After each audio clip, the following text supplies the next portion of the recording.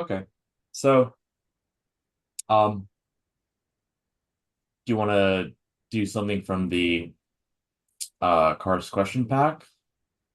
Let's do like just pick up.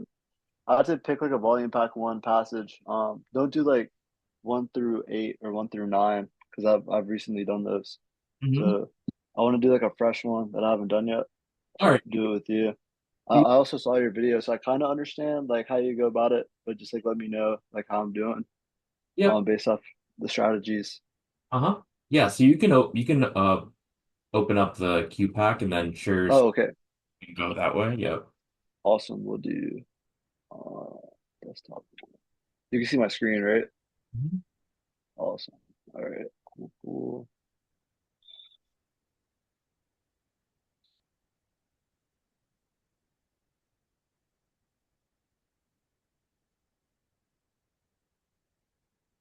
Oh, shoot.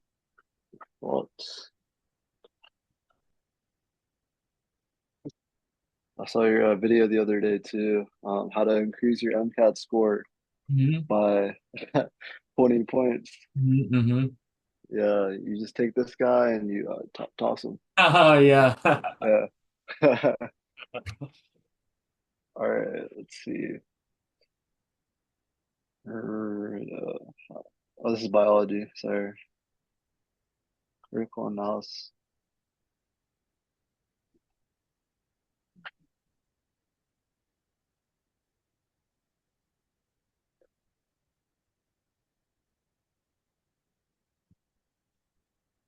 All right, let me move this thing over. The pictures can't even see the questions. There we go. All right, you can see my screen, right? Everything looks good. Yeah, let's see if you could have it so that the entire passage fits. Uh, Let's see. Let if you zoom out a bit. me zoom out. Control minus, right? Uh-huh. Let me try that. Yeah. Yeah. That like that. Awesome.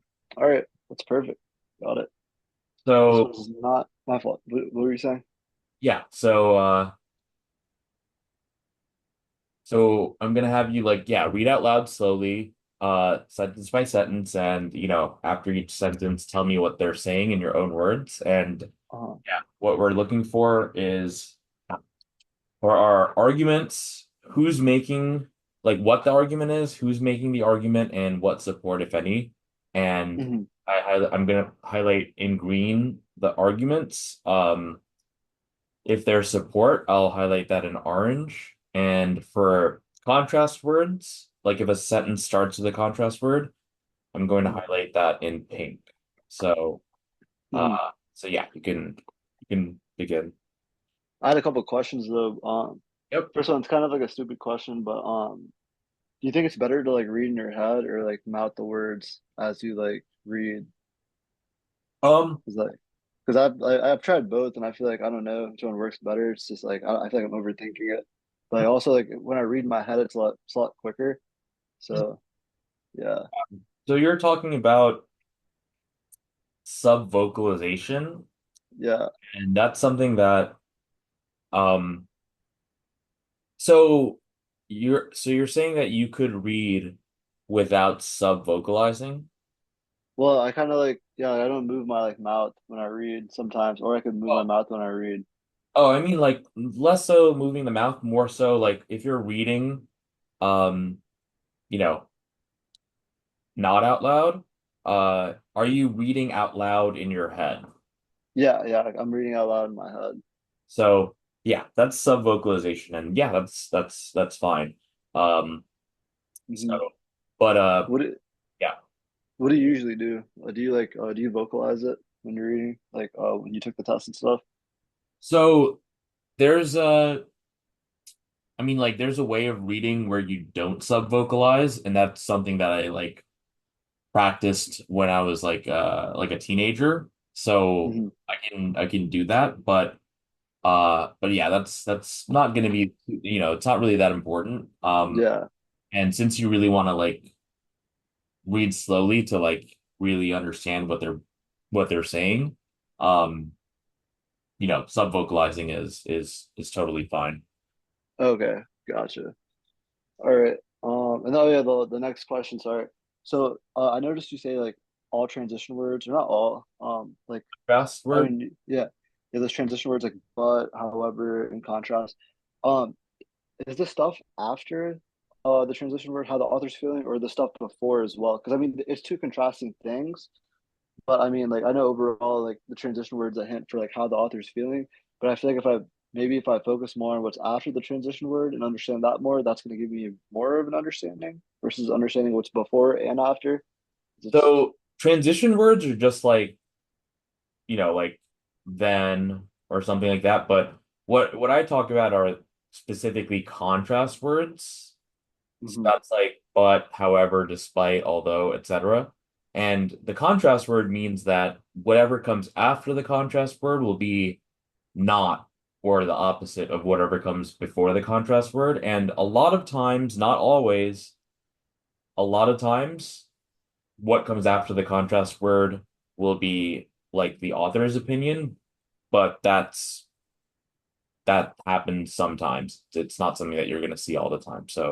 Um, so yeah, that's the thing about contrast word. So sometimes after the contrast word could be the author's opinion, but what is always the case is that after the contrast word, you'll see something that will be different from what came before the contrast word. Okay. I mean, so no matter what, so it's just going to mean the opposite of what came before it for the contrast. Yeah, either the Awesome. opposite or just something that is not what was before the contrast word. Gotcha. Mhm. All right, I'll get to reading. You want me to say it out loud, right? As I read? Mhm. Gotcha. All right, there's no title. Um, One of the first to speak of the specifically American character was J. Hector St. John de Crèvecoeur, a French settler who published his letters from an American farmer in 1782. So, based off the first sentence, it's kind of like a little background into what it's about. It's about this guy named Hector, and it has something to do with this publication, The American Farmer. Okay, and what was this person talking about? He was like one of the first to speak. Um,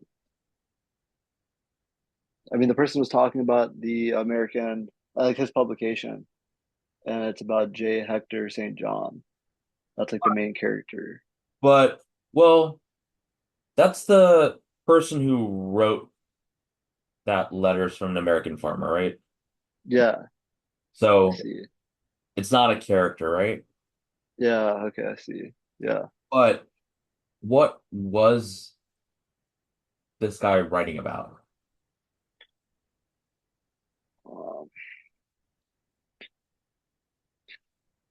I feel like we would get that like later on in the passage, or like you already know. I mean, my theory is American like farmer in 17 American farmer in 1782, something about farming.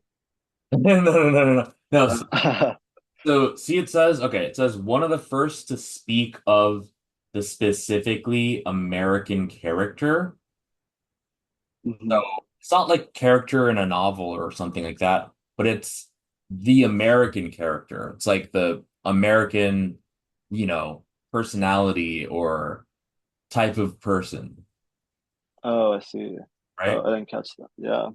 So so it says, yeah, one of the first to speak of the specifically American character was Hmm. this guy Crevecoeur. Yeah.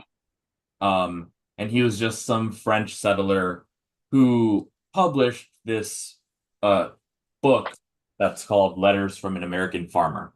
But Mm. the title of the book doesn't really matter. It could be Hmm. the title could be anything, but what's important here is that it's saying that, yeah, one of the first people to talk about the American character was Crevecoeur.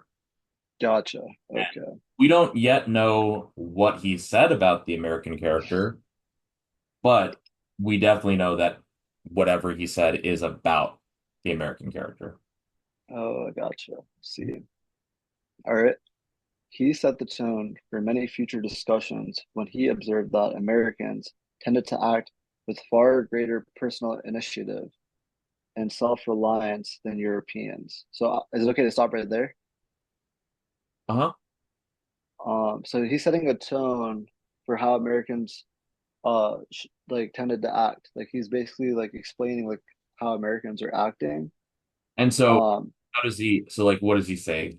Like what does he say about America? Like what about Americans is he saying?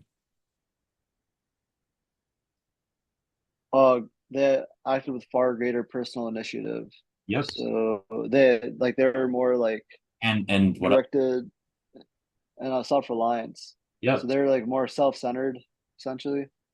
Well, More self-centered has a lot of negative connotations.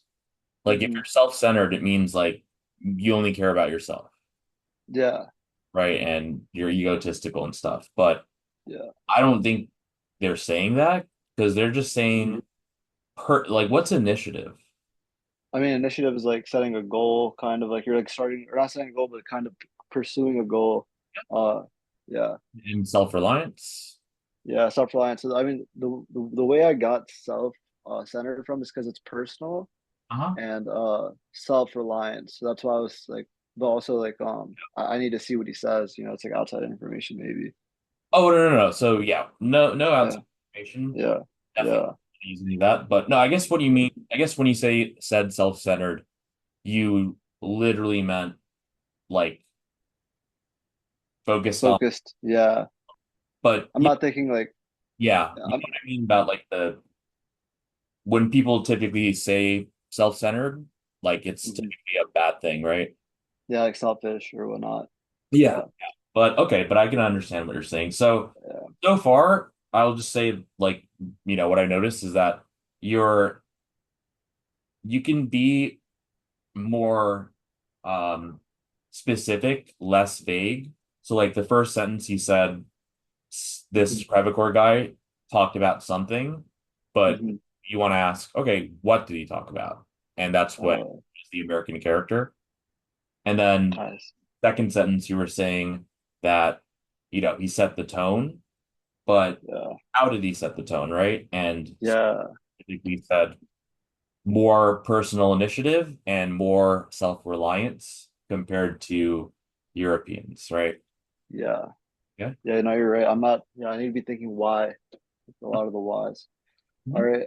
And then I'm gonna continue right here. And that they tended to be unimpressed by social rank or long usage.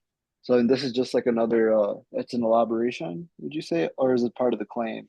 I mean, he also believes that they're unimpressed by someone's status Mhm. or I don't understand long usage. Mhm. What he meant by long usage. Um, but I mean, he's also implying, or not implying, he's basically stating that Americans are unimpressed by these two factors. Mhm. Yeah. Well, what do you think he means by long usage? Oh yeah.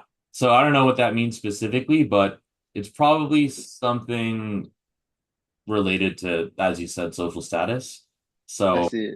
mhm. So okay, Awesome. now we can think about what we can put in, like what we write for for this paragraph. So what can we say here? So we can say Crevacore, um, he was interested in the American character and believed that Americans uh, tended to act with greater personal initiative, self-reliance, and Americans also were unimpressed by social status. You think that's like good, or you think I could add some more to it? That's good. And Um, then question two, because so on the actual like tests like that are timed, you usually go back and like maybe reread and like you do like the highlights after and stuff. Like because I feel like sometimes I'm not like remembering everything from the sentences. I don't know if it's like a good idea to like go back sometimes and so like so yeah, I would say not to go back or reread, but mhm, read slow, so slow that you are able to understand what you're reading. And if you're highlighting, you can do that as you read as well. So um, yeah. I see. So I would say yeah, we don't want to reread. Uh, Yeah. so okay, so for the map here, I wrote okay, Crevacore like colon, Hmm. American character equals personal initiative, self-reliance, and Hmm. unimpressed by social rank, like Europeans. Mm.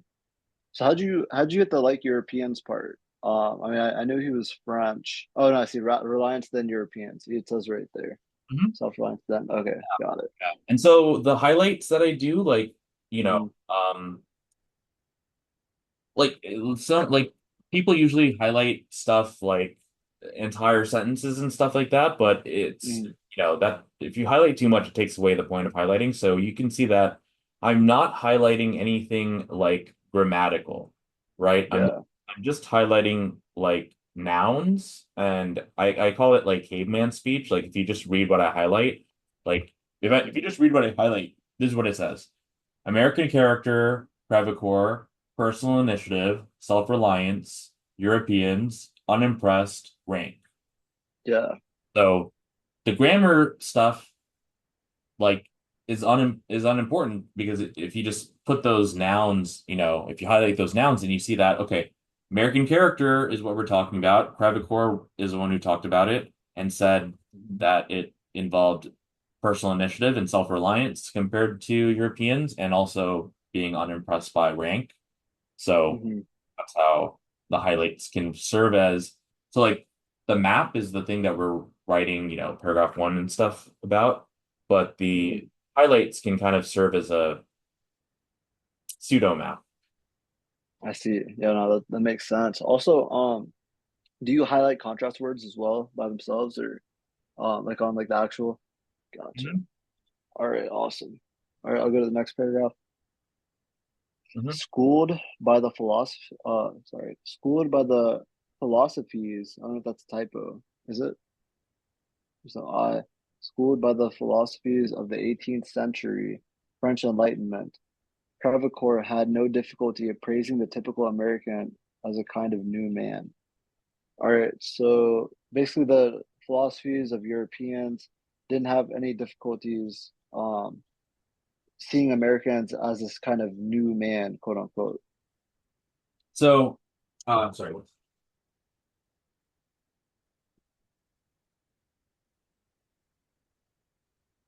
Okay, um, so yeah, whenever we see a sentence, we can classify it as like new idea, same idea. Hmm. That seems like a new idea. Yep, good. Yep. So, and oh, and then also like a lot of times the sentences will be really, really like verbose, so we can analyze them like in parts, like up to Hmm. the first comma, maybe up to the next comma. So Yeah. this first up to the first comma, it says like, yeah, schooled by the philosophes of the 18th century French Enlightenment, Crevecoeur had no difficulty appraising the typical American as a kind of new man. So, okay. So far, um, we're saying that Crevecoeur, like, learned from this 18th century French Enlightenment, right? Yeah. He learned from it. And then they, based off of his learning, he came to a conclusion that the American was this kind of new man. That's not how he saw them. Hmm. Is that okay? Awesome. Um, Um, and yeah, so it says new man, yeah, and yep. it's in quotes. What does it mean? Oh, it means like new man, like like he like it's not necessarily it's not the definition of new man. It's more of like he thinks like they're like I'm trying to think of like the word for it. It's kind of like he doesn't believe like like that like they're like this the right type of new man. Okay.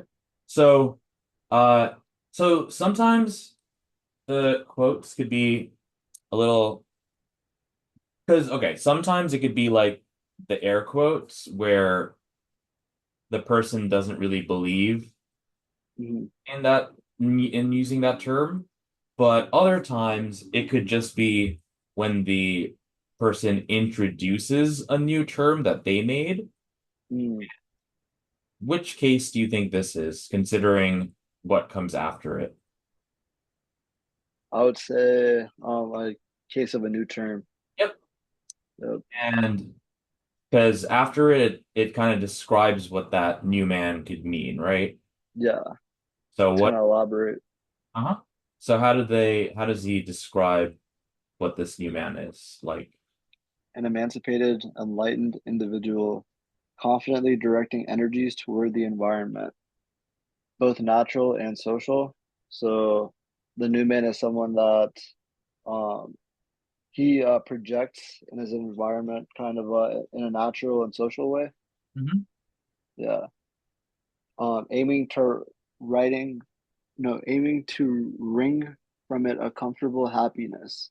Hmm. So like they're doing this because it's gonna bring them happiness. Hmm.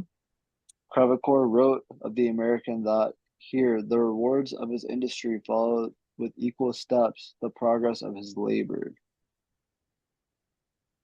Hmm. This is trying to break this down. The progress of his labor. And his labor is founded on the basis of nature, self-interest. So this is a tough one. I mean, it's about American, like and like the Americans. There's this like new claim about Crevecoeur's labor, and his labor. He's explaining that it's on the basis of nature and self-interest. Basically, like it's the same thing from earlier, except it's in like a new term. Would you say? So here we could say, so like, okay, so the first sentence here is a new idea or new argument. Um, Yeah. and the new argument says that, okay, he learned from the French Enlightenment and Hmm. thought of the typical American as this new man, this emancipated. What does that mean, emancipated? Um, like anticipated, kind of. Is it synonymous with that? Or emancipated? Like The there's The Emancipation a Proclamation. proclamation. Yeah, I remember that thing. What? It had something to do with like the Civil War, right? Yep. Yeah, it had something to do with that. It was like a treaty. It's what freed the slaves. Oh, yeah, So emancipated is means free. I see. So okay, So, so yeah, the typical American is emancipated, is free and enlightened and uh directing energies towards the environment to bring mhm. it a comfortable happiness. Um, that's kind of saying like, that, well, if we don't know what they mean by that specifically in the sentence after, where we have a quote from Crevecoeur, they're saying, Yeah. here the rewards of his industry. What does that mean? So, I mean, like Crevecoeur has his industry, which is like his beliefs, and Wait, the wait. rewards are. So are you saying Crevecoeur has that or what? Crevecoeur wrote of the American. Yep. The rewards of his industry. Oh no, that's of the American. Yep. Yeah. Mhm. So the rewards of this industry. Uh-huh. So it has something to do stemming from the American, like basically like their freedom, like they're being rewarded with this freedom in their industry. Uh, So they're saying here the rewards of his industry, right? Um, mhm. follow with equal steps the progress of his labor. What could Ooh. Um,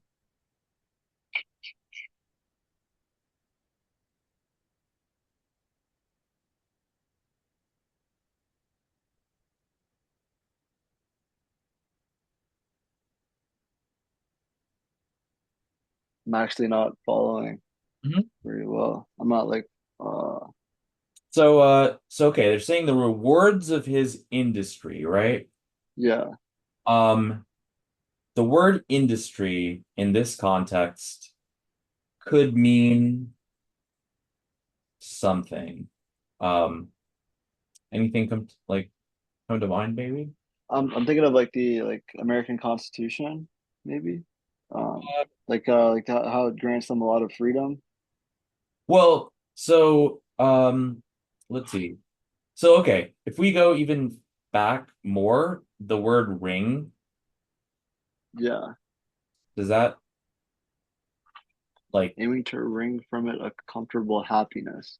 So wring means like to bring about uh-huh. to a comfortable happiness.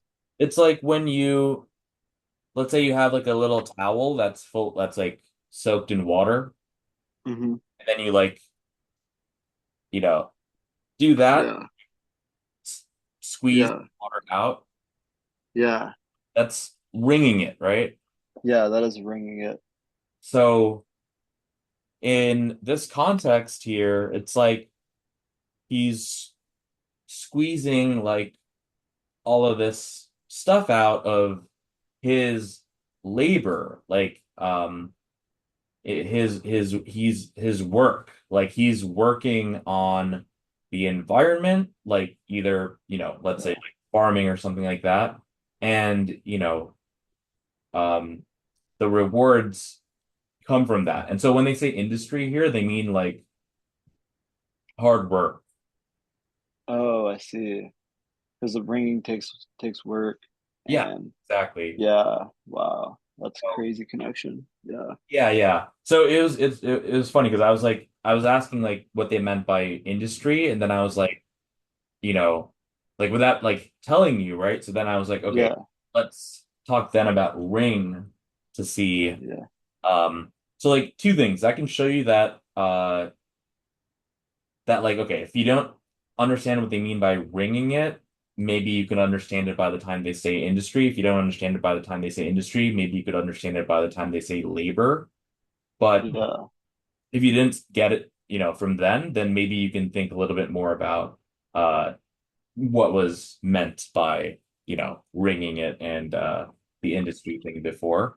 But okay, yeah, we're saying that this reward, and I'm highlighting in orange now because yeah, now we have support in the form of an actual quote, yeah. right? I see. Yeah, but yeah, it's support for the claim Hmm. from about like social and nature, like what they're doing with the Americans. So here, the rewards of his industry follow with equal steps the progress of his labor. Okay, so the progress of the work. His labor is founded on the basis of nature, self-interest. So the work is basically founded on those two premises from earlier. Can it want a stronger allurement? So can it want a stronger attraction, right? Like bring things in. Hmm. Yeah. Um, He's kind of saying that like, he's kind of saying like that almost like rhetorically, like he's saying, yeah, can you get, can you have a yeah, an incentive as big as, yeah. right? Yeah, because it already has like it's like an irony, it already has such a big Hmm. um yeah. Yep. Good, The good, good. rational self the rational self-interested individual had emerged as economic being. The rational self-interested individual had emerged as economic being and as such was conceived as living most naturally. So I mean like he's trying to tie in economics now. So I mean would this be like a new like claim, a new idea? And like how uh he's tying economics to being living naturally.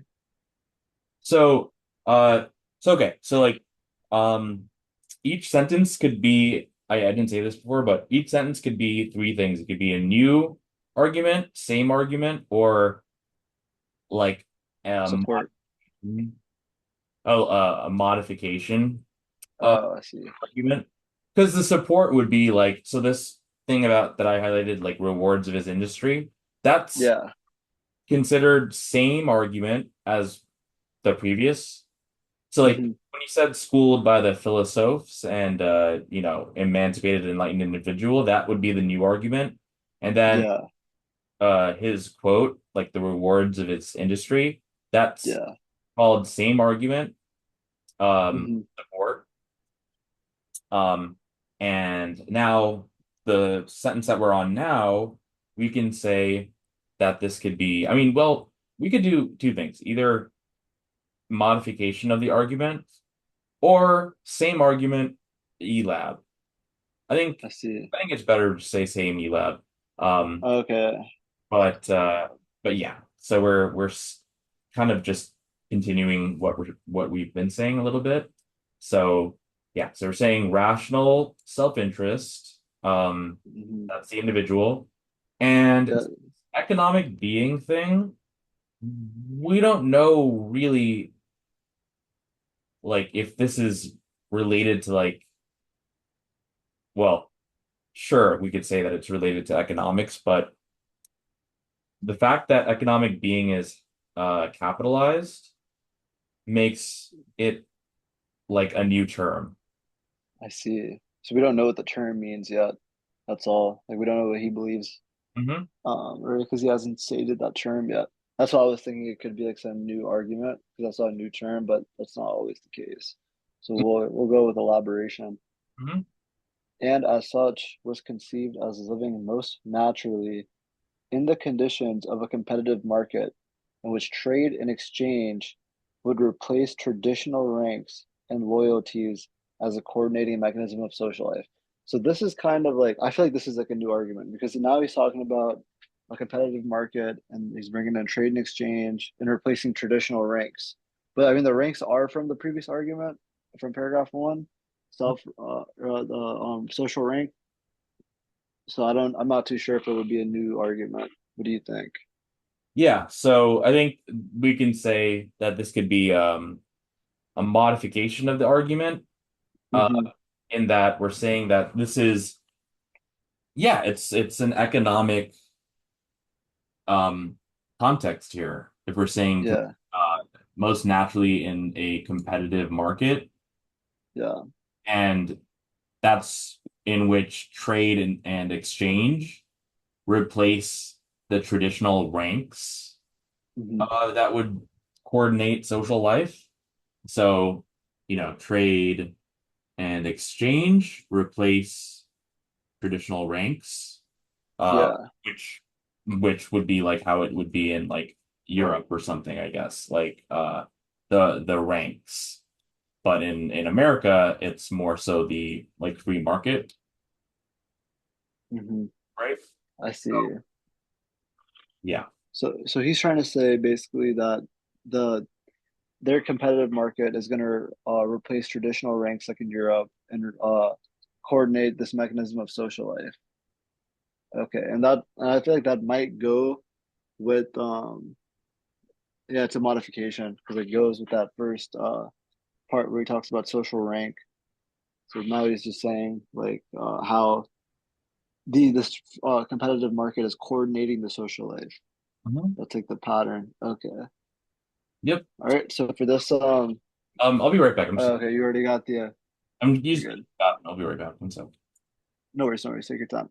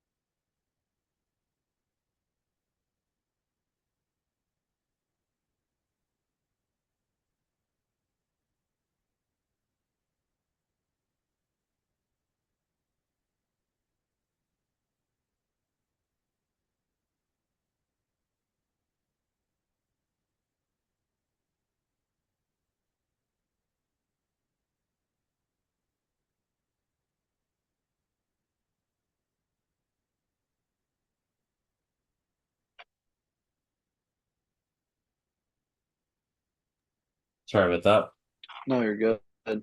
Um, Welcome back. Also, I'm sorry, what were you about to say?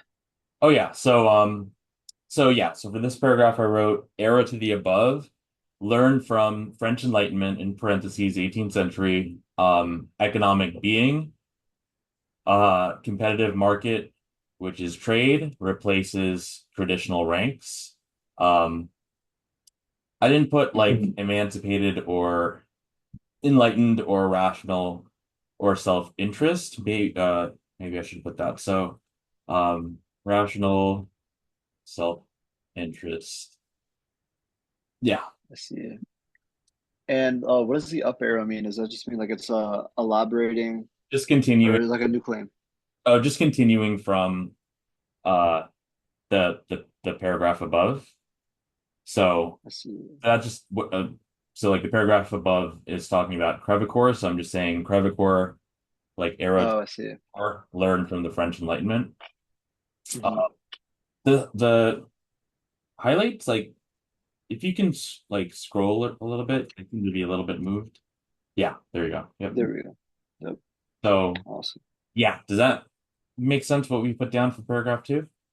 Yeah, it makes total sense. And also, yeah, the modification of the argument. So when you catch the modification, do you kind of like you focus more on the modification more than what was stated previously, or you're just like adding that as well?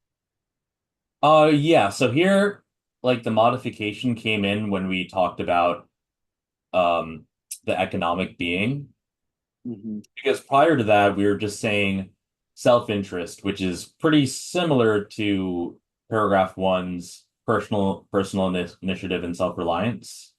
Hmm. So far like paragraph two was kind of talking about what was already stated in paragraph one until we got Hmm. to the economic being part. That's when we started to say that this personal initiative and self-reliance is related to the economic, competitive market. I see. Mhm. Got it. All right. But so this is going to be how the author's feeling. Well, Private course.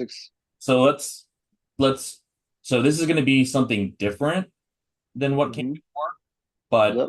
I really want you to not think that that's after that is going to be what the author is thinking, because Hmm. that depends on the context. Mm. So like I would say like probably like 40% or 35% of the time after the contrast word would be what the author is thinking, but most of the time I would say no. I So when see. you see it, contrast word, just all you can really say about it is that what they're going to say after is going to be different from what came before. So Okay. so far we've been saying that Crevecoeur, characterizes the American as this economic being, and Hmm. now we have our contrast word. So now we're going to say something that will be like either like you know man is not an economic being, maybe something like that. I see. All So right. tell all we know for sure for a contrast word is that whatever comes after it will be different from whatever comes before. Okay. Got it. Mhm. But Crevecoeur's exclusive emphasis on this aspect of American culture and character blinded him to other facets. So his belief, all his beliefs on like uh economic being, uh personal initiative, self-reliance, that blinded him to other aspects. Is that what he's yep. Okay. Uh he did not see what many Americans of his generation did, that a purely economic person would be as unsuited to a self-governing society as would the rank-bound subject of traditional regimes. So, I mean, this is the author talking. So he believes that the author Crevecoeur did not understand. Hold up.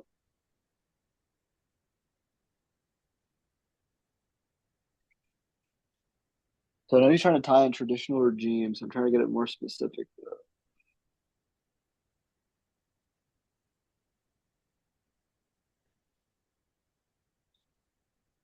So these purely economic people were not suited to this society, to the self-governing society, as would the rank-bound subjects. So now he's trying to say that the Americans of his generation were not capable, unlike the traditional ones that were looked at like social ranks and stuff. They were better for a self-governing society. So let's see, right? So it says, he did not see what Hmm. Americans of his de generation did. So, so this is something that Crevecoeur didn't see, but Hmm. many Americans of his generation did see, Hmm. right? And what is it that, Crevecoeur didn't see that the other Americans did see? Uh, that a purely economic person, like, would be just as unsuited to self-governing society as would the rank-bound subject of the traditional regimes. Hmm. So this economic person is not more suited for self-governing society than the traditional one who's focused on rank. I see. So, So this looks like so this is essentially just like a new claim, pretty much saying that the all the other Americans basically saw that this economic being um is not like it just wouldn't work. But Crevecoeur, so they're kind of like trying to disprove Crevecoeur's beliefs that like Americans weren't actually these economic beings. well, so I guess what we're saying here is just that if it was the case that Americans were economic beings, it would not make them more suited for self-governing society I compared see. to someone who's focused on rank. I So see. Crevecoeur is saying that the Americans are economic beings, which mean that they can live over here most naturally in Hmm. the competitive market, right? Whereas Yeah, someone who's focused on traditional ranks would not live very naturally in the competitive market. I see. But now, after our contrast word, we're saying that the economic person is not going to be more natural in this society Mm, compared to. So Crevecoeur is saying that the economic being would be more natural in this society compared to the ones who are only looking at rank. But now, after the contrast word, we're saying that that economic person would not be more, suited compared to the yeah. bound ones. Okay, I see. So you could see how the contrast word separates the Everything from before uh-huh. with Yep. this new idea. I Yeah. see. And so we're not saying here that Americans are not an economic being. We're saying Yeah. an That economic they wouldn't be most naturally they wouldn't it wouldn't uh, fit naturally just because they're economic beings. yep. Because I Crevecoeur see. is trying to say that this economic being is better suited for, a competitive market environment. But Yeah. after the contrast word, we're saying that if you were an economic being, you won't have an advantage compared to, like, if you're focused on. Yeah. So that's what we're saying. Awesome. Fortunately, another Frenchman, Alexis de Tocqueville, who visited the United States in the 1830s, gave a much more adequate view. So I'm guessing Alexis de Tocqueville. I mean, they're going to follow up more about him in the next paragraph, but at first I thought it was going to be an elaboration, but since they're like kind of like giving us a hook, gave a much more adequate view. This is going to be a new idea by this person. Hmm. Yep, yep. Awesome. So Yep. yeah, so you know, in this case, it seems like after the contrast word, we got somewhat of a feel for what the author thinks. And the author thinks that Crevecoeur is wrong and Yeah. why he's wrong, and introducing de Tocqueville, who he likely agrees with more because he's a Yeah. more adequate view, right? So, Hmm. okay. So, yeah, this contrast word did help us a little bit with How the understanding author was feeling. author's feeling, but it's not the same as if the author explicitly states something like their own opinion. Uh, Yeah. and it's also not telling us what the author believes. It just is kind of telling us that the author, what the author disagrees with. Yeah. Because I remember from like the Picasso passage, they talked about like the author said like in my own conclusion, like Yeah, he'll say stuff like that. yep, yep. Um, And yeah, and in that passage you saw like how a lot of times like they'll introduce theories and stuff, like in the Picasso passage it was like the standard story. yeah, And so a lot of times like they'll introduce entire, paragraphs of theories or, opinions and stuff only to like dismantle it after. Uh, yeah, so, but it can confuse people because they can think, okay, in this paragraph, they're saying, Picasso surpassed all the other artists effortlessly. So when they see that as an answer choice, it's alluring, right? They're going to be like, okay, that's yeah. the passage, right? But Hmm. sometimes, Doesn't work. a lot of times, what they say in the passage will just be to set up an argument that's going to be dismantled, and we see that here. Like, if you did the thing that you said, like where you don't read the entire thing, you Hmm. could fall into the trap of thinking that the author believes, that the American is, this Yeah. economic and better suited. You would miss the contrast word part. But okay, so for this paragraph, what can we say? So I mean, for this paragraph, we can just talk about how Crevecoeur did not see other aspects of Americans, and uh, Crevecoeur also believed that, or not Crevecoeur, the author believes that Crevecoeur's opinions about Americans fitting in naturally would not work with whether it was like a traditional regime or a social regime. It just wouldn't work. And then finally, I mean, I wouldn't really. Would you put Alexis de Tocqueville for on this paragraph as well? Because I feel like that would be for the next one. So tell me again what do you would put? Tell me that thing. Uh, I'd say author believes Crevecoeur did not see other aspects. He was blinded to seeing other aspects, and that Crevecoeur's beliefs of Americans fitting naturally into this competitive market would not make a difference uh, whether they were traditional or social. And Traditional or social though.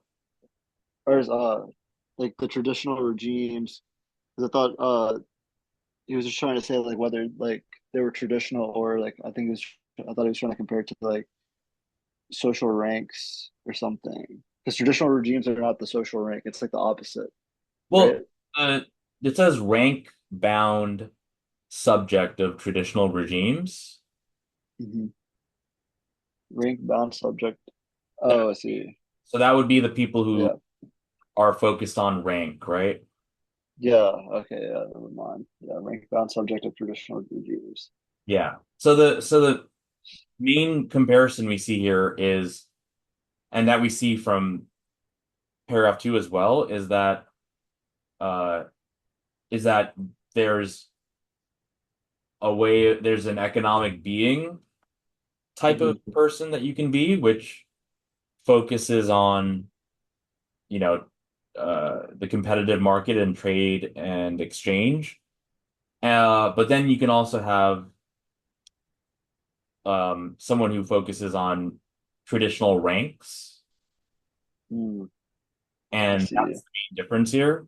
So, and then in paragraph three, what we're saying is um, the economic being is just as unsuited to self-governing society as would a person who is not an economic being, aka a person who's focused on rank. Oh, I see. That Right. makes sense because I knew there was two things. I was just trying to Mhm. piece it together. I guess yeah. So the Yep. traditional social rank guy and the economics, there would be no difference Yeah. fitting in naturally. Mhm. Yeah, that was the two. Yep. So I put All right. W for contrast word, Crevecore wrong, economic being Yeah, just as unsuited for self-government, then well, I should have said as instead of them, but just as yeah, suited for self-government as rank-bound traditionalist. And yeah, I just threw in, yeah, Tocqueville is better, but they didn't really say anything else about Tocqueville, so it yeah. doesn't have to be something that you put in this paragraph. Got it. Mhm. All right. For de Tocqueville, the optimism of the Enlightenment had been tempered by the experience of the French Revolution and its aftermath.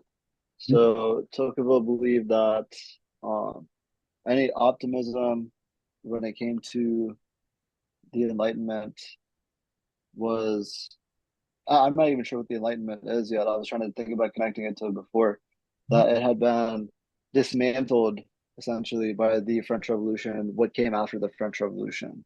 Mhm. So, do you know what the Enlightenment is? Was that talked about before, or is that like kind of like a new thing? Only by name in the Yeah. second paragraph, you see, first sentence. Oh, French Enlightenment. So the his teachings, the French Enlightenment. Yeah. Uh, So Crevecoeur was taught by the the French Enlightenment. French Enlightenment, and um, what they're saying about Tocqueville here is that the optimism of the Enlightenment. So we can say that the Enlightenment, you know, could be characterized as optimistic, like an optimistic philosophy, Yeah. and that was kind of messed up by the French Revolution and its aftermath. So Yeah. when they say tempered, what Yeah. do you think that could mean? I thought it meant like dismantled or undermined. Yeah, yeah. Yeah. Yeah. So it's funny because sometimes when you know how people say like, let's say someone like Mhm. get is prone to like anger, they would say like, Yeah. oh, he has a temper. Yeah. But temper really means like the opposite of that. So Yeah. temper is like what you, I mean, like comes from like for like for instance, if you're making like something out of like if you're a blacksmith or something like that, and you make a sword or something like that, you can like temper it, which makes it like more resistant to like shattering and stuff. Hmm. So tempering really like mitigates or moderates the effect of something. So Yeah. funny that people say like he has a temper when they really mean he can lose his temper. Yeah. Temper is a thing that makes you not like go into like an angry rage. But if you lose your temper, then you get angry. Yeah. So tempered is like, yeah, reducing, the effect of. So the optimism of the Enlightenment has been reduced, right, by Mm. the French Revolution and its aftermath. Aftermath. So Oh, okay. there were de Tocqueville. So Tocqueville right now is Yeah, you know, we can say is like after Crevecoeur, right? yeah. I mean, yeah, he's because he looked back on the French Revolution and he's trying to basically say that like there's no way that this guy could have learned from the French Enlightenment when it had been tempered by the French Revolution and its aftermath. Hmm. Basically, that's what he's saying. Hmm. And the prophecies of the early political economists were finding an alarmingly negative fulfillment in the industrial infernos of English mill towns. Okay, so these early political economists, um, they basically had a negative outlook on the industries. So like that economic industry kind of competitive markets in the in the French towns, right? Is that what he's kind of alluring to, like towards like their outlook on industries were on competitive markets were negative? So it seems like they're saying for Tocqueville, de Tocqueville, like yeah, Yeah, that optimism of the Enlightenment is lost, and that ultimately what we're seeing is negative things, like for example, in like industrial English mill towns, um, yeah, described as industrial infernos. So that's kind of saying that in these English mill towns where, there could be some type of like, you know, economic system, that mhm, it's not very nice. I see. Not very good. Yeah. Mhm. So like he was just saying the industry was bad for like these English mill towns. Mhm. Okay, and then what is he what do you think he means by infernos? I'm trying to like understand every word. Mhm. Like So like, what does that word mean? I mean I think about like a car like lighting fire, that's like an inferno, Yep, yep. right? So And like pretty much so that. something oh, okay, I got you. I got you. Mhm. Okay.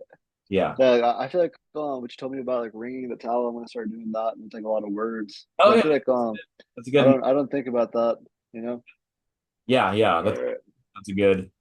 Especially once you see like how, like I would say like 60% of English is based on Greek and Latin roots. Yeah, So if you just know Greek and Latin roots, you can figure out a lot of words. But yeah, good. okay.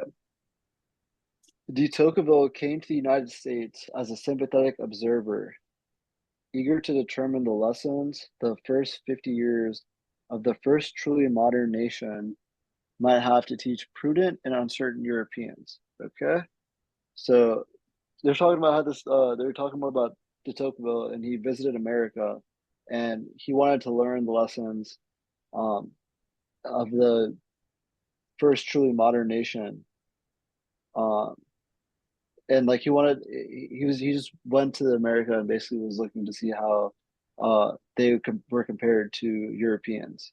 Like how I mean also how Americans could teach uncertain Europeans. They're Yeah. just talking like they're basically elaborating. Uh-huh. Yep. So Yeah. yeah. So now we're talking about a little bit more about his motivation in coming to America. And yeah, he wanted to learn like, lessons that could be used to teach Europe. Good. See? So more on to that. He added to Crevecoeur's earlier sketch a more penetrating and complex understanding of the new society. So he has like his own theory, and it's more it's different from Crevecoeur's, Mhm. right? So it's Yep. and they're quote unquote more complex, informed by Republican convictions and a deep sensitivity to the place of religion and human life. So I mean, like they're talking about Republicans, and more specifically their convictions and also like religion as well in the in America. So I mean, those were his two. biggest sources of knowledge when it came to understanding this new modern society. Perfect. So got it. So I mean, for this paragraph, you can write de Tocqueville. Um, he had his own understanding, basically. Also, basically, should I also mention the French Revolution? I mean, I could also say I would put like French Revolution, um, industries equal negative, um, and then also his philosophy equals Republican convictions and plus religion. Um, I mean, yeah, that's what I would basically put. Um, and I mean, maybe you could also put Crevecoeur did not learn from the experience of the French Revolution. I mean, he did not learn from the Enlightenment. But I don't know if that's too much. Oh yeah, so yes, now we can say Tocqueville no longer optimistic from French Enlightenment because of the French Revolution and English industrial infernos. American character equals Republican convictions and religion. I see. Okay. Now we have, sometimes it can also help to imagine things in like two columns and Mm-hmm. one column Crevecoeur, one column de Tocqueville, and Mm-hmm. under the column of Crevecoeur, economic being, you know, rational self-interest, better suited compared Yeah. to Europe. And Europe focused on traditional ranks and wasn't very well suited for a competitive market environment. And then under the de Tocqueville column, um, like economic being just as bad as traditional rank type of way of looking at things. And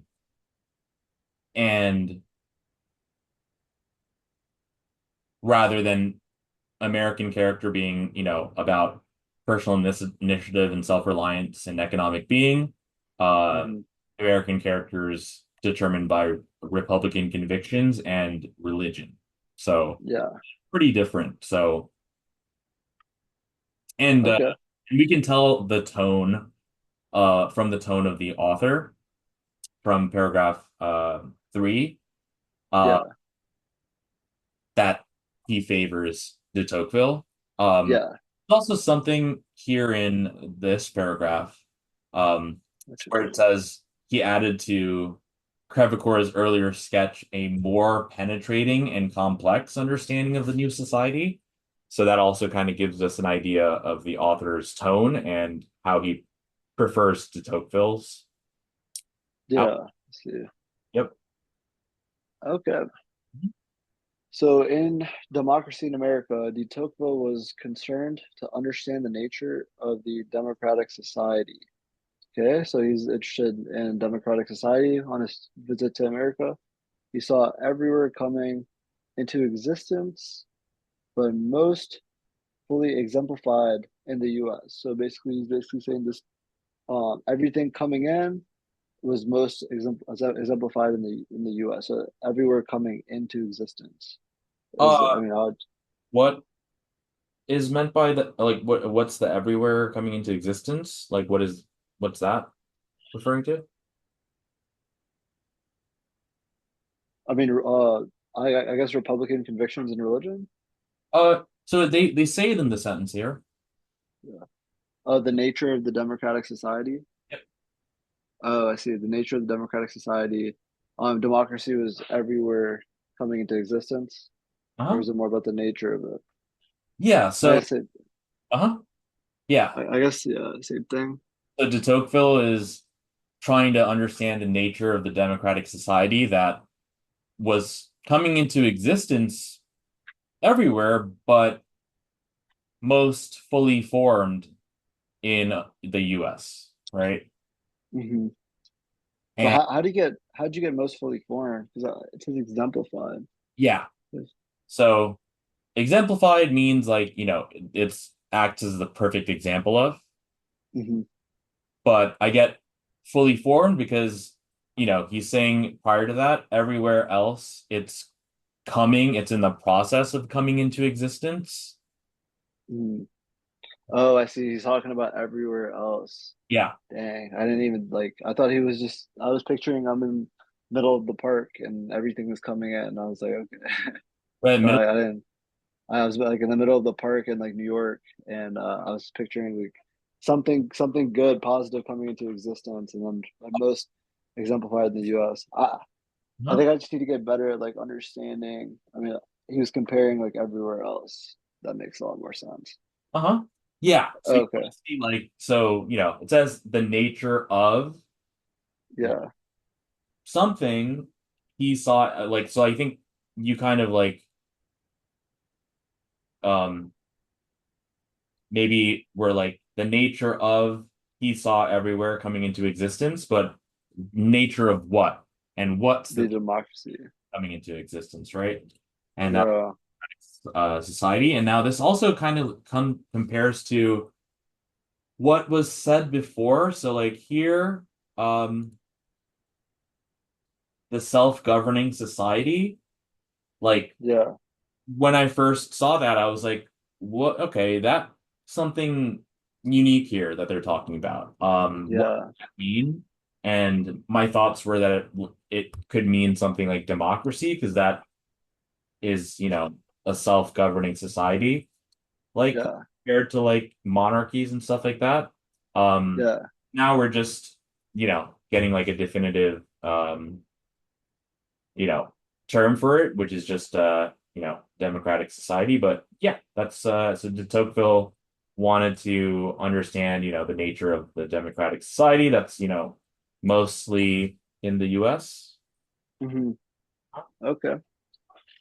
Um, he appreciated the commercial and entrepreneurial spirit that Crevecoeur had emphasized, but saw it as having ambiguous and problematic implications for the future of American freedom. So, I mean, de Tocqueville, I mean, or yeah, de Tocqueville basically appreciated this like commercial and entrepreneurial side that Crevecoeur believed in the economic being, but he also saw it as a that like society, like that belief about the society could have future bad implications for American freedom. Hmm. Okay. So for this paragraph, I'm gonna write uh I'll basically write democracy forming no democracy the US equals poster boy for democracy, um and that economic being no de Tocqueville believes economic being can disrupt economic or US freedom. Let's see. Like, what do you think about that? Uh-huh. But Tocqueville, democracy, and U.S. saw economic, Yeah. being of Crevecoeur, but how that can be bad for the future of American freedom. Hmm. I see. And then finally, the last paragraph, de Tocqueville argued that while the physical circumstances of the U.S. had contributed to the maintenance of a democratic republic, laws had contributed more than those circumstances. So de Tocqueville is basically believing that laws had more of a contribution than any physical circumstances, and I'm guessing those physical circumstances would deal with nature and like social. Like he's trying to tie those aspects in from earlier, or what would you say? Should I just leave it at physical circumstances? Yeah. So like less so physical circumstances. So Yeah, like in terms of what's contributing to the maintenance of democracy in the US, it yeah, is less so physical circumstances, more so law, laws. and then we have the mores, right? Yep, That's like a social term. yeah, yep, Mores even more than the laws. Okay. yeah. Hmm. So like yeah, and like more is like that one. It's like basically like a norm for the law, like following the law, basically. Hmm. Okay, so he believed this is what de Tocqueville was believing. Indeed, he stressed throughout the book that their mores had been the key to the American success in establishing and maintaining a free republic and that undermining American mores was most certain road to undermining the free institutions of the US. So mores equals democracy, and like the US, like this is like that claim. The US was so successful due to these mores. Hmm. That's what I'm getting out of that. Hmm. Is there anything else I'm missing or not? Would you say? Oh, that's good. He spoke of mores somewhat loosely, defining them variously as habits of the heart. So, notions, opinions, and ideas that shape mental habits and the sum of moral and intellectual dispositions of men and society. So, these quotes are kind of hard for me to process. I'm going to try to reread them. But he's basically saying that the mores were the habits of the heart. Like the habits of the heart is the term that describes like how the Americans used mores, and it was more of like the and he elaborates on habits of the heart, talking about shaping mental habits, notions, opinions, ideas, and moral and intellectual dispositions. Hmm. Yeah. So do you think that's like correct or Yep. So even though we recognize mores from Psych Soc, yeah, we don't want to use that, any outside information in cars. So yep, they're telling us what they mean by mores, and they're saying that, mhm, they're things like notions and opinions and ideas. Uh, yeah, so for this paragraph, we can say, um, that laws made US, a functional democracy and mores, as mhm. well. And Yeah, and Mores did more than laws. It yeah. says it right here. So Mores like I would put like Mores greater than laws, greater than physical. Hmm. Uh and then also habits of the heart equals mores and i.e. dot notions, opinions, ideas.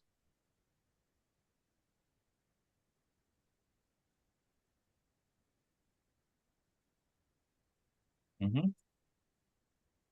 Awesome. So laws, oh,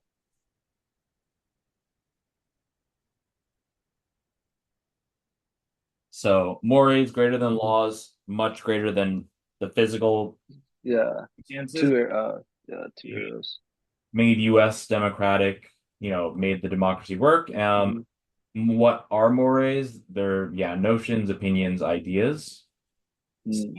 Okay, good. So now that we have finished the passage, we want to write down what our main idea is. And our main idea is defined as an argument that is mentioned in more than one paragraph. Mm-hmm. So, what can we see here? I mean, I see a lot of de Tocqueville, but I know like I feel like it would have to do with something uh de Tocqueville disproved Crevecoeur Hmm. and saw that more like mores and laws uh, established American freedom more than the economic being. Hmm. Yep. Yeah, Uh, so paragraph one, we talked about Crevecoeur. Paragraph two, yeah, we elaborated on Crevecoeur. yeah.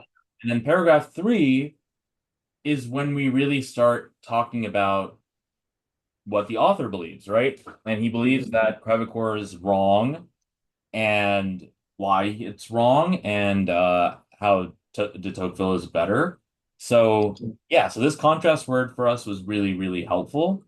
Hmm. Um, so yeah, so this I guess is a good example of, the contrast word kind of showing us closer to what the author believes. And then, how is de Tocqueville, better? He can see that it's not like de Tocqueville and like didn't see America as an economic being, but he saw in addition to America being, an The economic, economic. there's Ah, I see. lot more important stuff. So what we can say is uh Toque better than Crevecoeur because um mores slash laws. Republican, um, better than economic being, which is just as good as rank bound, like whatever, like Europeans.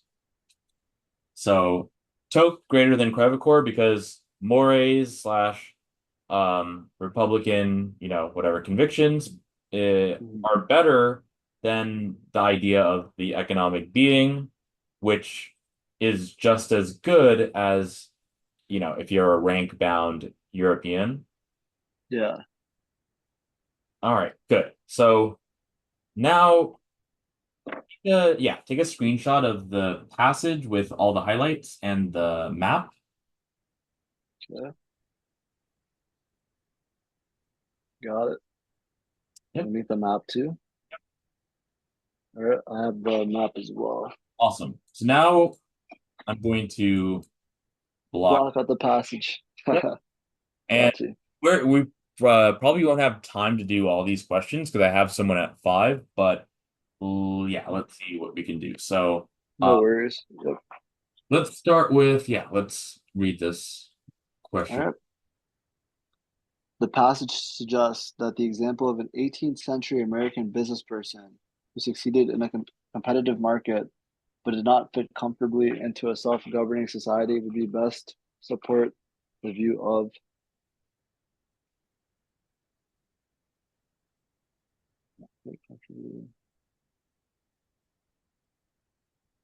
So what is this question asking? So it's basically trying to compare like an American business person who is doing well in a competitive market but is not doing well in a self-governing society would best support the view of. I mean, based off this, I would already see it's supporting uh de Tocqueville, what's his name again? Tocqueville's view, right? Sorry, No, one sec. I just have to respond to an email. oh, you're good, my fault.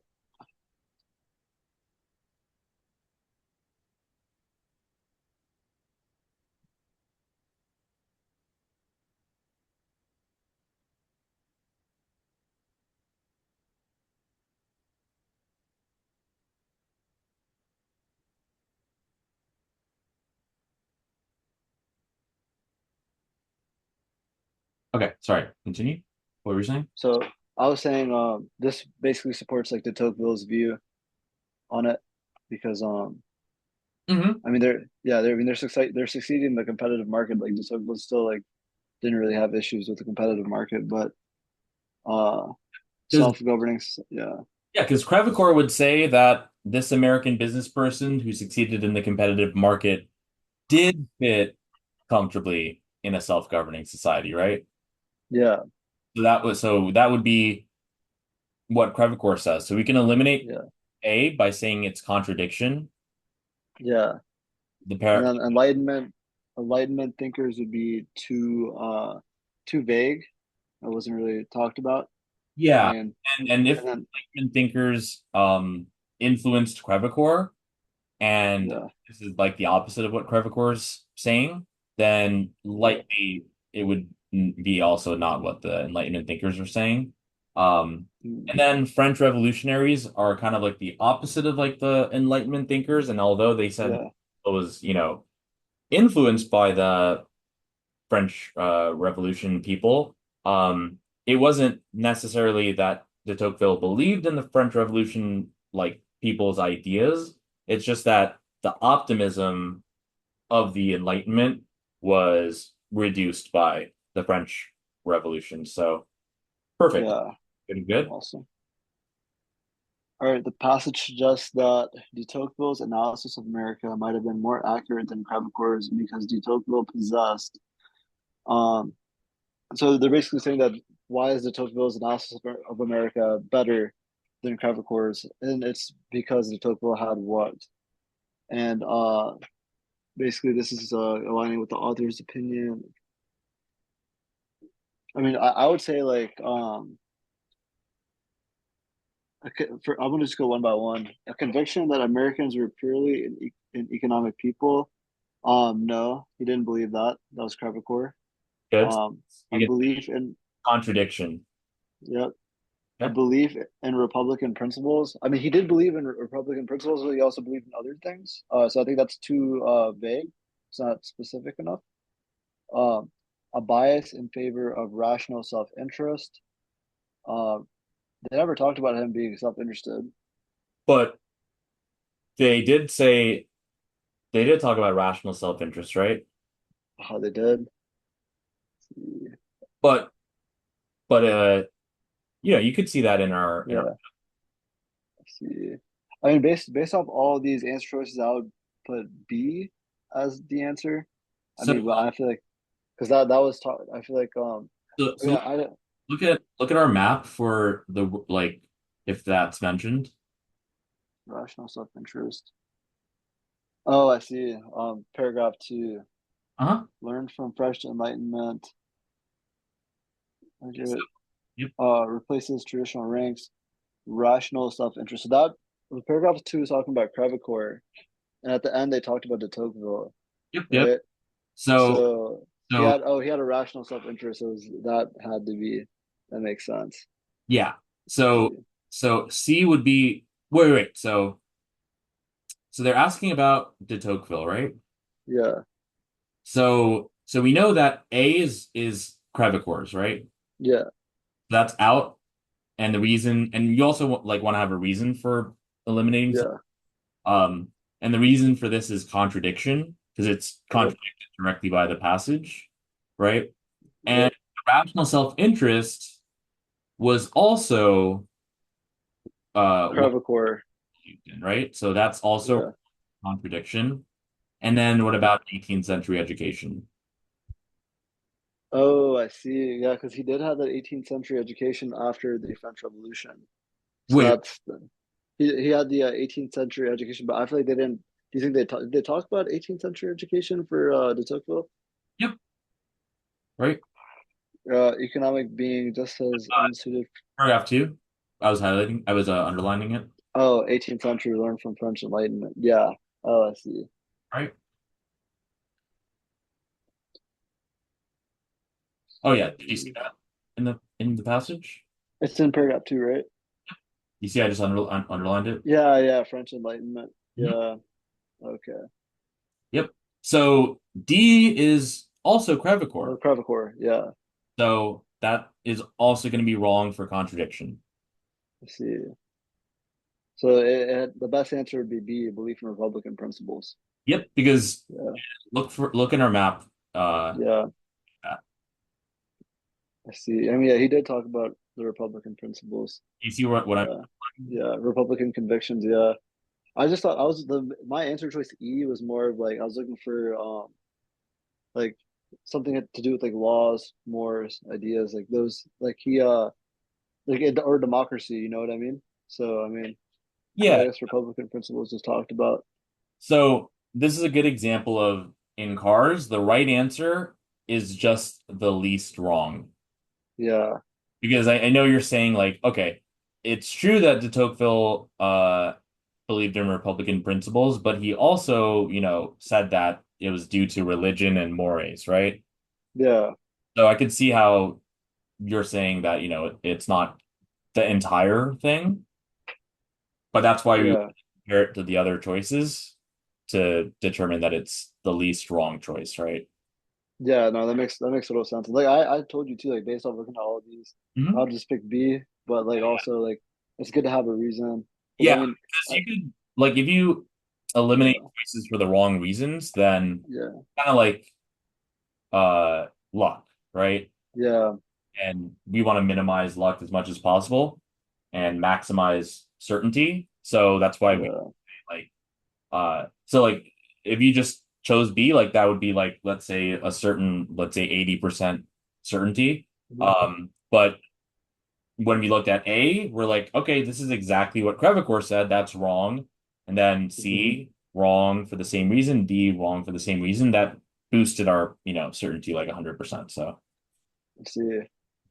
44, according to the passage information, which of the following factors would be the best example of the mores of which de Tocqueville speaks in Democracy in America? So, what did he mean by mores? This is reasoning within the text. And I would have to say, I mean, social rank, nah, not necessarily. I feel like that wouldn't really be it. Just because like he didn't really talk too much about social rank when it came to mores. He was talking about like ideas and like beliefs, notions. French philosophy, nah, that can't be it. And it wasn't. It was more in relation to America and democracy. Religious faith, it could be it because I mean, religion and Republican convictions were part of the two. When it came to America, and then entrepreneurial spirit, that's aligning with Clever Quarter mainly. So I would be certain on C. Yeah, and Philosophy. similar thing here. Social rank. I mean, Yeah, well, you're right in that de Tocqueville didn't say anything about that, but Crevecoeur did. Um, yeah. so that could It be had more to do with Clever Quarter. more. French Yeah, philosophy, more to do with Crevecoeur, right? Because he learned yeah, Enlightenment. hmm And then entrepreneurial spirit, that's that entire competitive market, yeah, so this is the same thing essentially, as the previous question, right? And also yeah, when we were reading this, so they said the like Republican convictions in paragraph four and religion, yeah. paragraph four, but then they never mentioned anything, they never mentioned religion after that, right? They didn't. Yeah, they didn't elaborate on religion. Yeah. So Yeah, they talked about um mores, right? yeah. And so that's probably what they mean by religion then. Mm. 'Cause That's a crazy connection. yeah, because the mores are Yeah. like, what gives you what the notions, opinions, ideas, the like hmm norms and stuff. Yeah.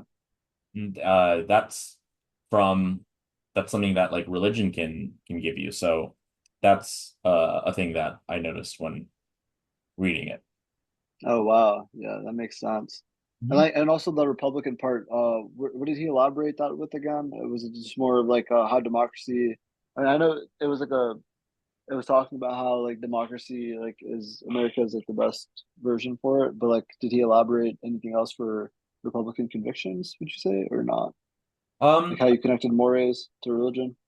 yeah, I think he just says um the yeah, I guess they didn't really elaborate that much on that. Yeah. Well, I mean, like it's a good thing you caught the religion one because I didn't. I was just trying to connect the least wrong. I Yep, was yep. like thinking, yep. Good, good, good. All right. According to the passage, the optimism of French Enlightenment scholars was called into question by. So they're talking about like how that in that one sentence they talked about like the optimism of French Enlightenment scholars before the French Revolution, essentially. Okay. Um, and it was called into question by, let's see the answer choices, the economic development of Americans. Um, I don't think that would be correct. I mean, What's meant by called into question?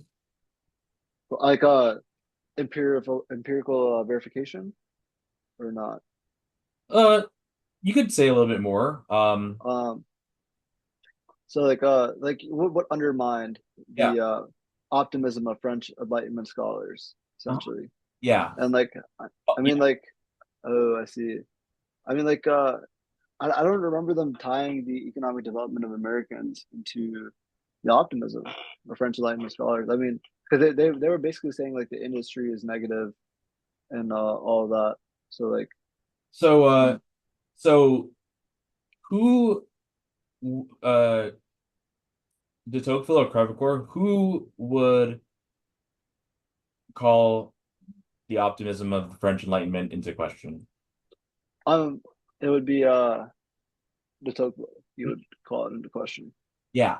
Like, because if you call something into question, you're essentially questioning it. Like you're saying, like, Yeah, I don't think, you're showing that you're skeptical, right? Uh, yeah. and so tell me what you're saying for numeral one. So I mean, I don't think de Tocqueville really called into question the French Enlightenment because of the economic development of Americans. It was more about the aftermath of the French Revolution and how Crevecoeur framed his beliefs based upon his learning from French Enlightenment. I feel like two and three make the most sense. I Yeah. mean, for yeah, like two and three were like basically aligned with that statement about the optimism of French Enlightenment. Yep. And so Roman numeral one, the economic development of Americans, that could be more so a Crevecoeur thing. Yeah, that is a Crevecoeur thing. Yep. And if it's a Yeah. Crevecoeur thing, then it should be for or pro French Enlightenment, right? Yeah, you're right.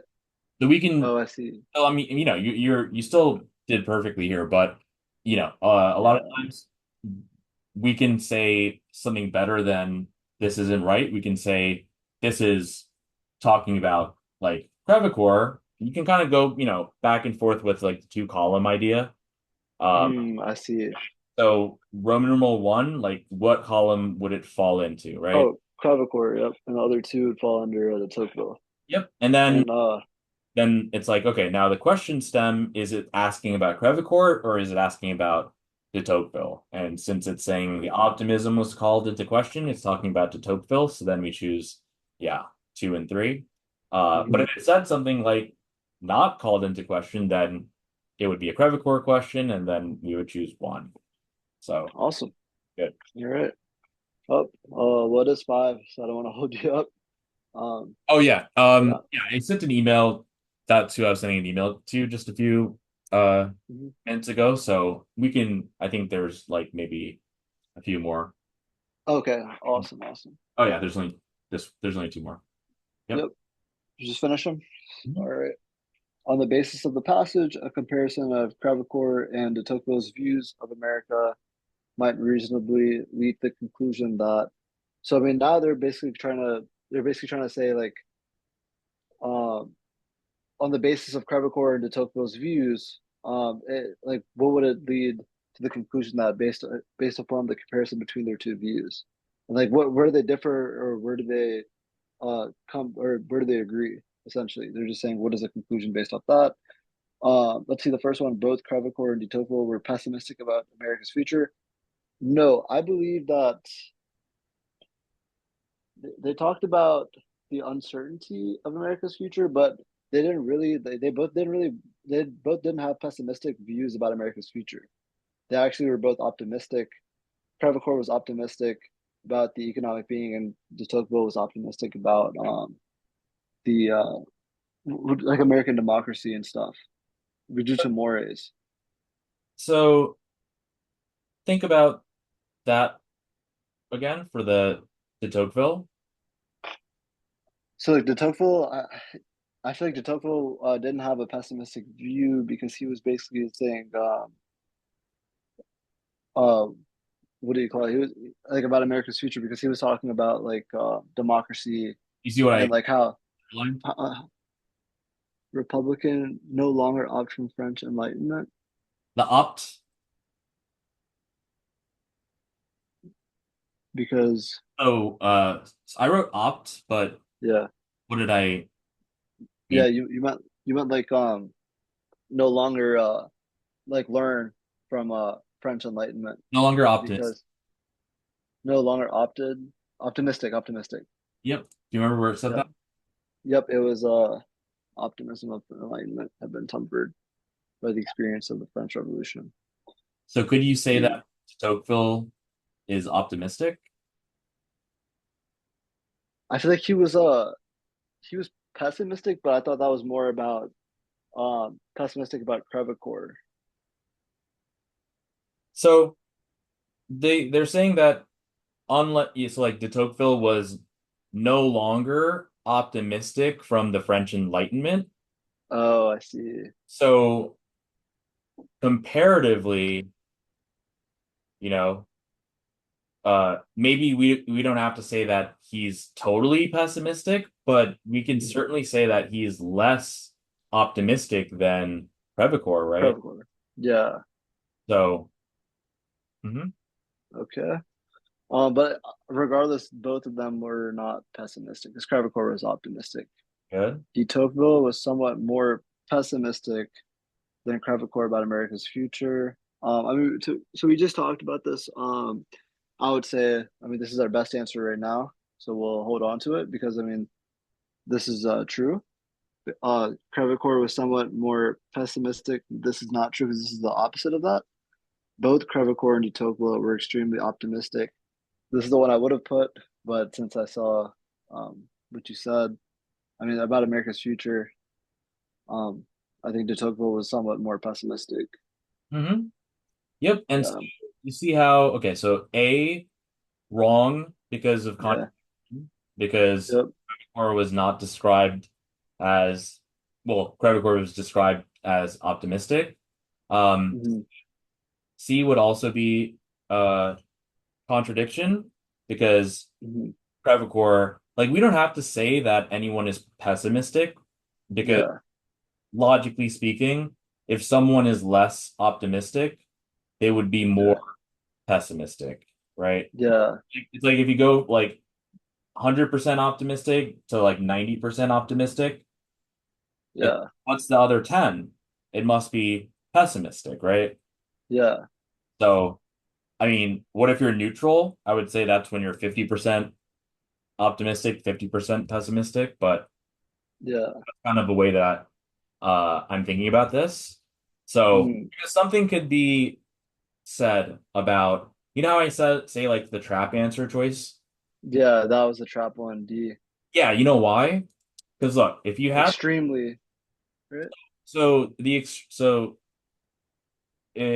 the typical thing that people do, right, where they just search through the passage for the same word, Yeah, like they would say something like this. This is a typical thing. It would be like, okay, they never said the word pessimistic, but they did say optimistic, and this choice has the word optimistic in it. Therefore, that's my answer. mm, That's the typical thing that I people do, see. right? And you see Yeah, how it's based it's a on, trap. because what they say is they like this is what a like average person would say. They would say A is wrong because they never said anything about pessimistic, right? B is Hmm, wrong, they never said anything about pessimistic. C is wrong, they never said anything about pessimistic. D is right because they did say something about optimistic. mm, See how that yeah, thing where people just look for the same word is what yeah. to put you, get you to answer the trap answer choice, right? Wow. But Yeah, that's why it's important to to be able to put things in your own words because all like because the implication here is that if you're less optimistic, you're more pessimistic, and they don't have yeah, to say that verbatim. They don't have to explicitly say that they're pessimistic in order for us to say that they're pessimistic, right? yeah. No, that makes total sense. Yeah. Wow. Now, extremely is good that you noticed that because we want to Yeah, always be aware of words that make yeah, things more extreme or less extreme, right? yeah, So, like, you see how here it says somewhat more. yeah, That's better than if it said like just more, right? yeah. And even more extreme would be like extremely, pessimistic or, something like that. But the somewhat makes it more neutral. Yeah. Kind of like light, it kind of like softens it. And Hmm. you'll find that, if you say something too absolute, like think about like how a politician speaks. Like a politician isn't going to say something absolute because people can just say, "Hey, yesterday you said the opposite." Like it's if you say something extreme, it's really easy to disprove it. Um, Yeah. Easy to disprove if someone is extremely optimistic, right? Hmm. But it's harder to disprove, if someone was somewhat optimistic, right? Yeah. So that softens, the word there. But yeah, you can see how D is your trap answer. And for us, the what we had to do here was essentially see that, even if they don't say the word Hmm. pessimistic, if we are less optimistic, you must be more pessimistic. Yeah. that makes sense. And they also said the optimism was undermined through the French Revolution. Yep, are tempered. Yep. Which of the following conclusions can justifiably be drawn from the passage? So this is like a foundations of comprehension. Um, so like, what's the overall message of the or what conclusion can we basically? Which ones are true based on the passage? Crevecoeur believed that economic disadvancement was linked to individual self-interest. No, he believed that economic advancement, sorry, was linked to individual. I think that is true because I mean he talked about like the self and personalizing and how the economic being was made. Um, those two are linked basically what Crevecoeur believed. De Tocqueville believed that undermining American mores would threaten the country's free institutions. Undermining American mores. Uh, I mean, he did believe that. Yeah, I would say this is true because I mean, said that American mores is what made us uh like gave the freedom. And then number three, Crevecoeur and de Tocqueville both predicted a swift demise for the American experiment. Wait, what was this? First of all, the demise, swift Yeah. demise for the American experiment. I mean, based off reading American Experiment, I'm like they did not. I mean, they never talked about an American experiment. We don't even know what that is. And then on Wait, top of that, sorry. So, uh, so seeing American Experiment, I mean, they didn't talk about an American experiment, nor do we know what that is. And then well, swift demise would mean like swift collapse, right? So that wouldn't be true. yeah, so be careful with American experiment because remember how we Uh, talked about they don't have to talk explicitly about it. use that word, right? Mhm.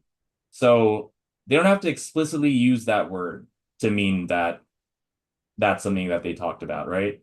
I see. Yeah, no, you're right. Just like the optimism question. Yeah. Yeah, So I think that's really what they're saying here is, well, so like let's think about how what they could mean by American experiment. They said that democracy was developing everywhere, but America was the only place that was like the best example of that fully formed Mhm. democracy, right? Yeah.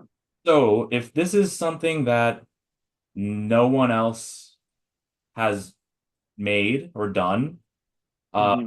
except for America, then you could say that that's an experiment because Okay. Yeah. like no one's done it before. So that could be the ex American experiment.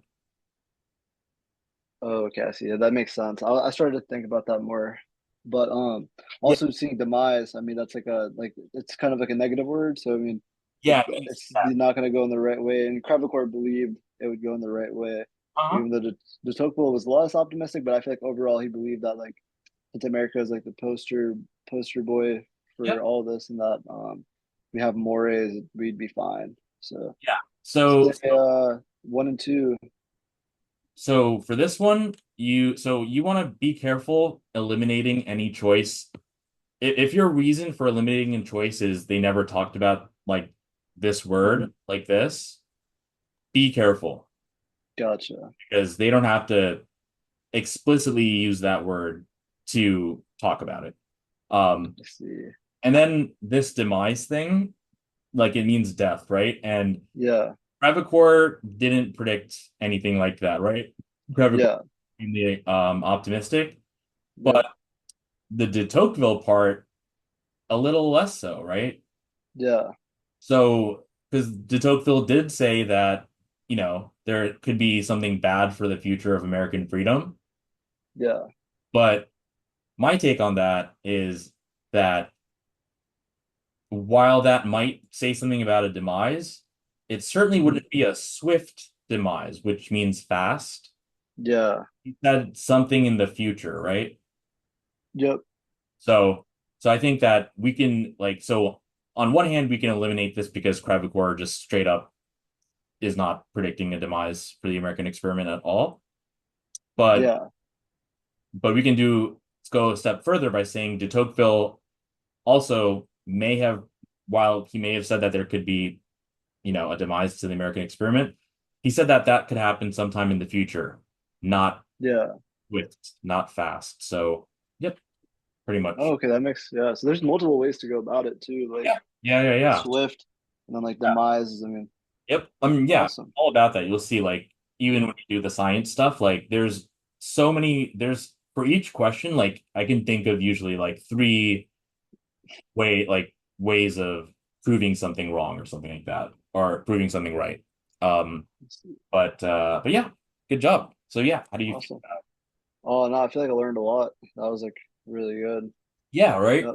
You saw how like blocking the passage out helped Yeah. us really pay attention to what the question's asking, and then a lot of times like you already have the right idea, so that Yeah. helps because you get a chance to like actually think about it. So Yeah. so you, yeah, and you also saw how we spent more time reading it and Mhm. reading it right the first time. So, Yeah. slow, but that's what it's gonna have to be for you to like really understand it. And we were able to like, you know, when we started off the questions, we already had a fully formed, like organized, map of the passage Yeah. for the questions. So it's not like we're attacking the questions, without anything like prepared, right? Yeah. And then you also, Also, yeah. yeah. Also, when I'm practicing these passages, I should be like totally blocking out the passage when I'm answering questions. Yeah, I would Would you say say? to do that Yeah. for practice. And I mean, like, if they give Yeah. you a question that's said, like, specifically in the second paragraph or something like that, Yeah. and you don't, so like, well, first of all, if you have to look back to the passage, just look back at the map, the thing that we wrote here. Mhm. Yeah. For us, that ended up being, enough, like, because, the 18th century thing and the other stuff that they talked about, we included. Yeah. But if it if that's not helping, like maybe they're asking a question about something in the passage that was not like super important to put in the map, then you can go back to the actual passage, but that Hmm. shouldn't be your go-to. Like you shouldn't Hmm. do that like you only do that like if you absolutely need to, but for the I most see. part, like you want to understand. So what we did was we read slowly and we saw things, sentences as new idea, elab or same idea support or Yeah. that. And we wrote that stuff out and, we built upon the things that we said in each paragraph as we continued to go into the next paragraph. And then we saw that contrast word, which, was a big deal. And then we saw the Tocqueville thing, and then we were starting to put things in the two columns. Um, Yeah. because a lot of times it'll be like two main things that they're gonna talk about being different, and they're gonna kind of ask you like, what, the author thinks about the one idea over another idea or something like that. But yeah, Yeah. all this. You also saw that like for the questions that like the pessimistic question, like that, yeah, you if you are saying like, Not in the passage. Like yeah, it's wrong. Like that's not the right way to go about it. yeah, you want to be Yeah. about that. Yeah. But I liked how you said like you used your own word right off the bat and you said undermine Yeah. and and they're mentioning that word here. So that's why Yeah. using your own words is important. Yeah. And I feel like also like trying to understand like words that could seem complex Oh from yeah. like the root and like trying to think of Uh-huh. like analogies like how you did with like the towel and like Yeah, yeah, I yeah. did with the car. Yeah, with So that everything, was pretty I think good. like visualizing is always very Yeah. cool. Um, Yep. but yeah, so continue. Yeah, so like you Yeah. have screenshots. So like, Yep. as you move forward in your cars practice, like write out maps like we did here. And if we like next time we meet or something, if there's a cars passage that you want to go over, we can like go over it together, write a map, see how our Hmm. map compares to the map that you wrote, and if our main idea compares to the main idea that you wrote. Um, Yeah. right when we started, I think what you could have done differently was be more specific because I think Mhm. the first paragraph you said something like Yeah, um Crevecoeur said something in this book that he wrote. But yeah, what was he saying, right? He was saying something yeah, about the American character, right? So you yeah, can say those specific things. Like it's not like we're doing summaries. We're not yeah. doing like objective. We're doing something very subjective. We're looking for like a stance that someone has. So Awesome. yeah. Yeah, Awesome. awesome. I'll email you for the next meeting. Next weekend's my birthday, so I'm probably not Yeah. going to be. Happy birthday. Uh, Happy birthday. Thank you. And then the week after that, I was wanted to work on some experimental design, maybe from Section Bank. Oh yeah. Yeah. Catch up on that. So I'll email you about that, and Yep. then And I'll for payment, you had yep, L, was it? yep. Oh, no, Venmo. I'll send it to you on Venmo. Yeah. Yep. What's the Venmo? I was gonna email you about that. Yep. I put it in the chat. So awesome. The 1.5 hour. Be like,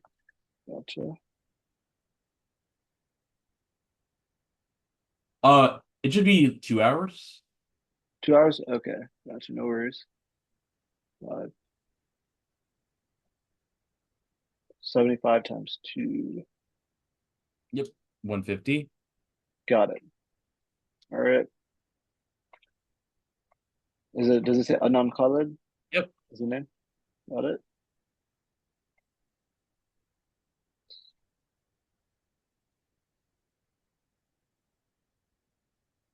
All right. Did you get it?